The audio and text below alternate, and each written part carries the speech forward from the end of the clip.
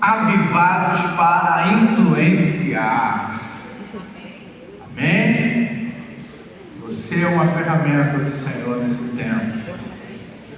Quem abriu, diga célula. Quem não abriu, diga escola de líderes. Eu estou me sentindo no encontro. Quem já ministrou no encontro aí? Levanta a mão. Você começa a estudar, vê aquele monte de página, né?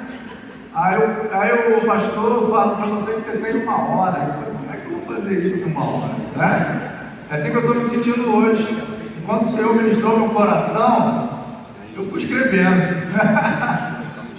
Tanta página. Eu falei, Jesus, como é que vai ser isso aí? Mas glória a Deus, Ele é o Senhor do tempo, não é isso? Vamos ler. Lá no versículo 13, diz assim: e eis que no mesmo dia, diga no mesmo dia, iam 2 deles para uma aldeia que distava de Jerusalém 60 estádios, cujo nome era Emaús, e iam falando entre si de tudo aquilo que havia acontecido.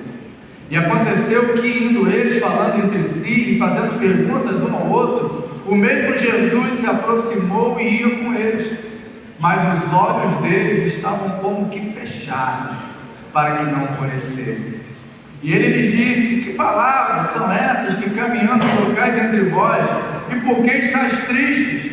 E respondendo cujo nome era Cleopas, disse: és tu, peregrino de Jerusalém, e não sabes das coisas que têm sucedido nestes dias? E ele, Jesus, lhes perguntou: quais? E ele lhe disse: as que dizem respeito a Jesus, o Nazareno, que foi um profeta poderoso em obras, em palavras, diante de Deus e de todo o povo, e como os principais dos sacerdotes, nossos príncipes, o entregaram à condenação da morte e o crucificaram. E nós esperávamos, diga, esperávamos, que ele fosse o que remisse Israel, mas agora, com tudo isso, é já hoje o 3º dia, diga, 3º dia, desde que essas coisas aconteceram. É verdade que também algumas mulheres dentre nós nos maravilharam, as quais de madrugada foram ao sepulcro, e não achando o seu corpo, voltaram dizendo que também tinham visto uma visão de anjos, que dizem que ele vive. E alguns dos que estavam conosco foram ao sepulcro e acharam a ser assim como as mulheres haviam dito, porém não o viram. E ele disse: ó nécios e tardos de coração para crer, tudo que os profetas disseram, porventura não convinha que o Cristo padecesse essas coisas e entrasse na sua glória? E começando por Moisés, os profetas explicavam-lhes o que achava-se na escritura sobre ele. E chegando lá, na aldeia para onde iam, Jesus fez como quem ia para mais longe, mas eles o constrangeram dizendo: fica conosco, porque já é tarde, e já declinou o dia. E entrou então para ficar com eles. E aconteceu que, estando eles à mesa, diga à mesa, tomando o pão, abençoou e partiu e lhe deu. E abriram-se então os olhos, digam, abriram-se os olhos, e conheceram. E ele desapareceu. E disseram porventura: não ardia em nós o nosso coração, quando pelo caminho nos falava, e quando nos abria as Escrituras? Na mesma hora, levantando-se, voltaram para Jerusalém, e acharam-se congregados os 11 e os que com ele estavam, os quais disseram: ressuscitou verdadeiramente o Senhor, e já apareceu a Simão. Então ele lhes contava o que lhes acontecera no caminho, e como deles foi conhecido no partir do pão. E tendo ele falado essas coisas, o mesmo Jesus apareceu e disse: paz seja convosco. Diga amém. Amém. Precisava ler esse texto contigo, porque esse texto ele vem mexendo no meu coração desde a eleição. Havia uma expectativa no meu coração e no coração de muitos que a coisa fosse diferente, não é verdade? E aí eu estava no trabalho, daqui a pouco saiu lá o resultado. Falei: misericórdia. Fiquei triste, fiquei para baixo, mas o Senhor me deu uma palavra. E essa palavra começou a permear meu coração. E aí foi quando surgiu o convite. Não, já tinha esse convite há algum tempo, Mas quando surgiu o tema, eu entendi o que o Senhor queria falar. Eu quero falar com você sobre o poder de uma mentira, o poder de uma fake news, o que pode provocar na vida daquele que concebe a mentira como verdade. A Bíblia diz, se você ouviu, que havia 2 discípulos, um chamado Cleopas e o outro que não se dava nome. Eles estavam em Jerusalém, mas quando no 3º dia Jesus ressuscitava, eles fugiam de Jerusalém e iam para um lugar chamado Emaús. Durante o caminho conversavam entre si, contando o que tinha acontecido naqueles dias. Imagine a conversa deles. Olha, Jesus, ele veio, ele falou, fez grandes coisas, pregou, curou, e nós achávamos que ele ia restaurar Israel, nós achávamos que ele ia sentar no trono de Davi, nós achávamos que ele ia expulsar esses romanos daqui, mas ele morreu, e já faz 3 dias, ele estava ali conversando, triste, sem esperança, descrentes em tudo aquilo que Jesus havia dito. Jesus havia dito: olha, eu vou morrer, mas eu vou ressuscitar no 3º dia. E no 3º dia, aqueles homens não conseguiam acreditar nas palavras de Jesus. Havia uma crença forte nos judeus que a ressurreição era coisa dos últimos dias. Lembra daquela passagem da ressurreição de Lázaro, quando Jesus chega no 4º dia e alguém chega, uma das irmãs chega para ele e falou: Jesus, se tu não tivesse demorado. Aí ele falou para Marta: olha, ele está vivo, ele vai ressuscitar, melhor dizendo. E aí ela disse: eu sei, ele vai ressuscitar na ressurreição do último dia. E aí ele disse: eu sou a ressurreição e a vida. Aquele que crê em mim, ainda que esteja morto, viverá. Sim ou não? Foi isso? Então havia nos judeus uma forte crença que a ressurreição da qual Cristo dizia: olha, eu vou ressuscitar no 3º dia, era algo impossível, era algo além da compreensão daqueles homens, daqueles discípulos, daquelas pessoas que andavam com Jesus. Não era só apenas eles, os próprios 12 apóstolos, ou melhor, 11, porque um já tinha partido, pendurado numa forca, fugiram, temendo por suas próprias vidas, estavam ali atemorizados num lugar, escondidos. Quando as mulheres foram ao sepulcro, tiveram uma visão de anjo, um sepulcro vazio, e o anjo dizia: ela não está mais aí, aquele que você está procurando não está mais aí, ele ressuscitou. E elas voltaram, contaram a notícia, mas eles não puderam acreditar. E aí Jesus aparece no meio daquele caminho, com aquele discípulo desistido, com aquele discípulo desanimado, com aquele discípulo desesperançoso, com aquele discípulo não crendo mais naquilo que Jesus tinha falado, com uma dúvida forte no seu coração, apegados à mentira que dizia: não ressuscitou, já era, acabou, é o fim. Hoje eu vim falar com você que está com uma mentira dentro do seu coração hoje, que parece uma verdade, e ela diz dentro do seu coração o seguinte: não tem mais jeito, acabou, é o fim, já era. Hoje o Senhor vai remover a mentira do seu coração e você vai ser restaurado. Sabe o que acontece na vida de uma pessoa que concebe a mentira como verdade? A primeira coisa que essa pessoa faz é fugir de Jerusalém. Jerusalém é uma cidade chamada a cidade de Deus, é uma cidade chamada cidade do grande rei. O significado de Jerusalém é lugar de paz. E aí aqueles homens decidem ir para Emaús, que significa riacho quente.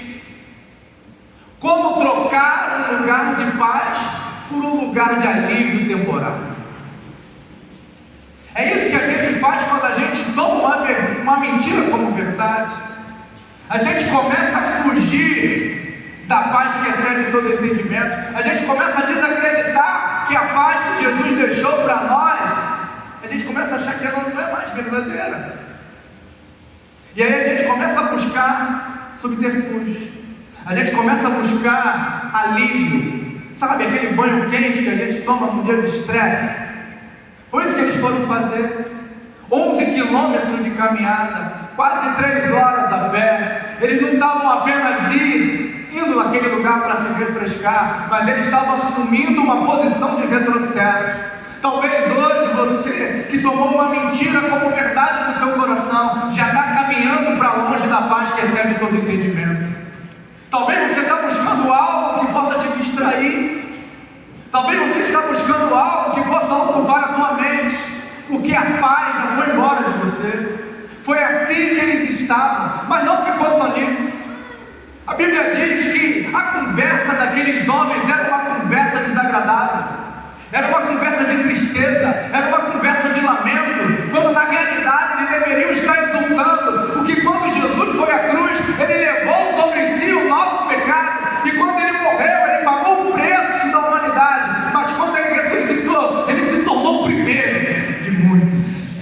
E hoje em Cristo nós morremos para o pecado e estamos vivos para Deus. Era para ele estar celebrando, era para ele estar fazendo festa em Jerusalém, era para ele estar louvando e agradecendo a Deus, era para ter um cortejo lá, um cartaz: Jesus voltou, Jesus ressuscitou. Mas eles tomaram uma mentira como verdade. E aquela boca profética, aquela voz profética, aquela voz que foi treinada, trabalhada para pregar o Evangelho, para curar enfermos, para expulsar demônios, aquela voz que foi preparada, discipulada, se tornou numa voz de lamúria, se tornou numa voz de murmuração. Aquela voz de cânticos, aquela voz de adoração, se tornou uma voz de pranto. Deixa eu fazer uma pergunta para você que está aqui. Onde foi que ficou a tua voz profética? Será que hoje você não é mais o mesmo? Será que hoje você não é mais a mesma? Você que profetizava, você que declarava a palavra, e o pior, que você hoje não guardou mais isso só no teu coração. Hoje você está compartilhando. Jesus, ele chega e havia 2 ali conversando. Um tinha nome, o outro não tinha. Talvez Cleópatra estava ali, porque não basta uma pessoa estar desanimada, ela tem que desanimar a outra, né? Não basta uma pessoa estar desistida, ela tem que levar a outra a desistir também. Onde foi que ficou a tua voz profética? Será que você tomou uma mentira como verdade e a tua voz profética se tornou uma voz de murmuração? Foi isso que aconteceu com aqueles homens que voltavam do caminho, saindo de Jerusalém, do lugar de paz. Sabe, quando a nossa expectativa é quebrada, quando o nosso planejamento sai do controle, foi isso que aconteceu com eles. Eles começaram a buscar uma paz humana, uma paz carnal, uma paz que só produz alívio, mas não resolve o problema, pelo contrário, mascara, esconde o real problema. A voz profética ficou comprometida, a visão profética foi bloqueada.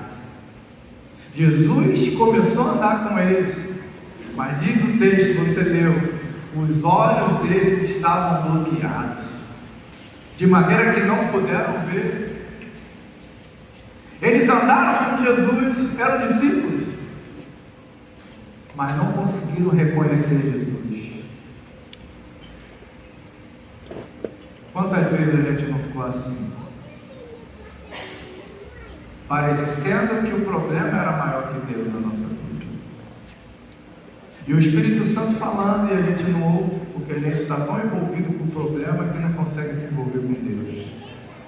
A gente está tão envolvido na nossa circunstância que a gente não consegue ouvir a voz de Deus. Jesus andava com eles lado a lado, Jesus ali foi educado. O que é essa conversa aí? Às vezes Jesus dá essa oportunidade para a gente, né? E o que está vendo? Assim? O que está acontecendo? Jesus sabe, mas ele está te dando uma corda, né? Você vai lá, não, Jesus, tu não sabe. E a gente começa a entrar em disputa com Jesus. A gente começa a achar que Jesus foi injusto com a gente, não é? E aí ele começa a dizer para Jesus: ô rapaz, tu não estava aqui em Jerusalém, tu é algum viajante, tu não está sabendo nada? Tu não sabe que teve um Jesus de Nazaré? Ele estava falando com o próprio Jesus. E aí ele começou a falar: tu não sabe, tinha um Jesus aqui, um grande profeta, um homem poderoso de palavras, de obras. E aí os nossos líderes aí, os sacerdotes entregaram ele na cruz, e já faz 3 dias que aconteceu isso. Aí Jesus, começou a conversar e falou: rapaz, vocês são doidos? Vocês não sabem o que vai acontecer, o que a palavra diz que iria acontecer com o Messias. E começou a explicar a eles. Mas eu quero dizer para você que quando você toma uma mentira como verdade, você começa a se afastar do lugar onde Deus te colocou. Mas não fica só nisso. A tua voz profética se transforma numa voz de lamúria, e a tua visão é bloqueada da pessoa de Jesus. Nós não conseguimos mais enxergar Jesus na nossa caminhada. Nós começamos a achar que Deus não está mais conosco, que Deus não nos ama, que Deus não cuida de nós. Isso é uma grande mentira de Satanás. Mas hoje você vê uma vigília de avivamento, e você vai sair daqui liberto dessa mentira, pronta para viver toda a verdade que Cristo é na sua vida. Mas não ficou só por aí. Aqueles homens se tornaram resistentes à voz de Cristo. Jesus falava com eles, explicava para eles, mas eles ainda assim não conseguiam entender, não conseguiam perceber a voz de Jesus, não conseguiam observar que aquele que andava com eles, naqueles 11 quilômetros, não era ninguém menos do que o Senhor da glória. Quantas vezes a gente fala que Deus não está falando? Mas será que é Deus que não está falando, ou é você e eu que não estamos ouvindo? Jesus falava com eles, mas eles não conseguiam perceber que era Jesus, não conseguiam captar a voz de Cristo. A ouvir da palavra de Deus não trazia mais fé nos seus corações. Jesus falava com eles, mas eles não entendiam, não ouviam, porque estavam infectados, estavam contaminados pela mentira. Mas não ficou só por aí. Eles perderam a própria essência de Cristo. O nome Cleópas significa a glória do Pai. Não foi só os discípulos que saíram de Jerusalém. Eles foram embora e a glória ficou. À medida que você se afasta de Deus, a essência de Deus vai ficando distante de você. Você começa a gostar daquilo que você tinha parado de gostar lá atrás. Você começa a se sentir atraído por aquilo que você já tinha vencido. Você começa a desejar as coisas que você tinha parado de desejar, porque a mentira entrou, se instalou no teu coração, e hoje você não tem mais aquela essência que tinha. Você não é mais a pessoa que tinha. Hoje a santidade se tornou algo pesado para você. Hoje cumprir os mandamentos do Senhor se tornou algo difícil, porque a palavra diz: os que me amam guardam o meu mandamento. Mas você começou a querer guardar o mandamento na força. Não é na força que se guarda o mandamento, é no amor. Quando eu amo, eu obedeço. Quando eu amo, eu me sujeito. Quando eu amo, eu me coloco debaixo. Mas esses homens perderam a essência. A glória do Pai ficou em Jerusalém, e aqueles 2 homens estavam caminhando sem ela. Quanto tempo faz que você não sente a glória de Deus sobre a tua vida? Quando nós tomamos a mentira por verdade, abandonamos a missão. Há quem diga que Cleópas, aquele discípulo, fazia parte do grupo dos 70 discípulos, dos condiscípulos, daqueles que em Lucas 10 Jesus mandou de 2 em 2 ir nas aldeias, liberar a paz, pregar, curar, libertar. Aqueles homens faziam parte desse grupo. E aí Jesus disse: pedi ao Senhor da seara que envie mais trabalhadores. Sabe qual é o objetivo do nosso aniversário nesses dias? Acabar com a seara, acabar com os trabalhadores. O objetivo do maligno hoje não é tirar você da igreja, é deixar você na igreja contaminado, para você contaminar outros. E aí sabe o que acontece? A gente não cumpre o propósito. A igreja deixa de avançar, a igreja deixa de ser apostólica e se torna uma igreja problemática.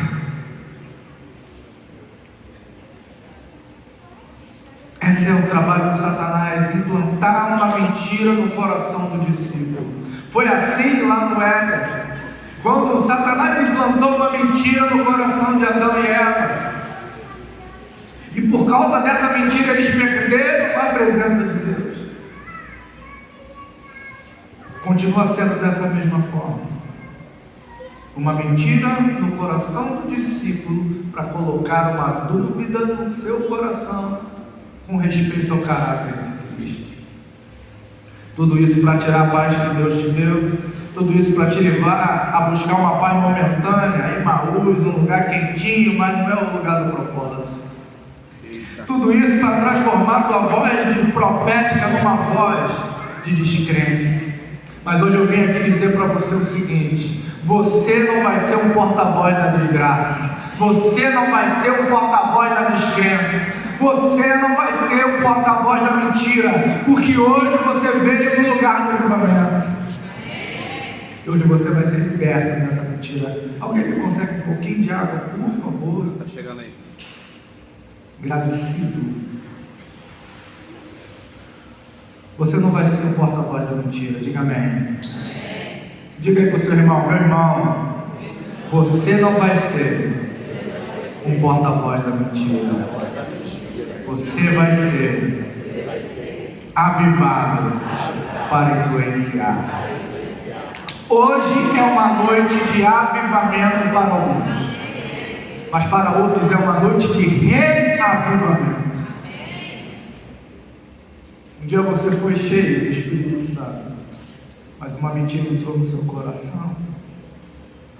Mas pode louvar a Deus porque os planos do maligno estão sendo expostos hoje. O espírito da mentira foi denunciado.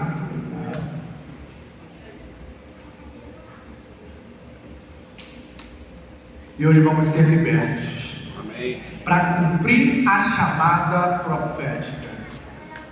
Seremos avivados para influenciar. Você pode dizer um amém? Amém. Você pode dizer outro amém? Melhor que esse? Jesus restaurou aquele doente. Hoje é a tua vez de ser restaurado também. Satanás achou que aquele discípulo já era, estava perdido, estava dominado, ele tinha conquistado. Mas Jesus foi lá, caminhou com eles para trazê-los de volta. Você saiu da tua casa hoje, talvez veio aqui só para agradar alguém, mas Jesus veio caminhando contigo. Jesus veio conversando contigo. Você achou que era a tua mente. Hoje é minha última vez. Se não funcionar, se Deus não falar comigo, Deus está falando contigo. Jesus vai te restaurar hoje. Jesus começou a trazer para eles o desejo da presença. Jesus ia caminhando para longe e falou: não, fica aqui, está tarde, fica aqui, fica com a gente. Eles já estavam sentindo algo dentro do coração deles. Eles não sabiam o que era. Depois eles vieram entender. Ei, você vai sair daqui com mais desejo por Jesus. Você vai sair daqui com uma chama ardendo no teu coração novamente. E foi ali que Jesus partiu o pão. E eu fiquei pensando comigo: por que Jesus não pegou o vinho também? Como ele fez lá. O vinho e o pão. O vinho, o cálice da nova aliança, salvação. Eu venho aqui dizer para você que você continua salvo. Você não perdeu a salvação porque essa mentira entrou no teu coração. Talvez você pensou: se Jesus vier, estou fora. Não. Você ainda está com Jesus. Talvez você não está percebendo, mas Ele está com você ainda.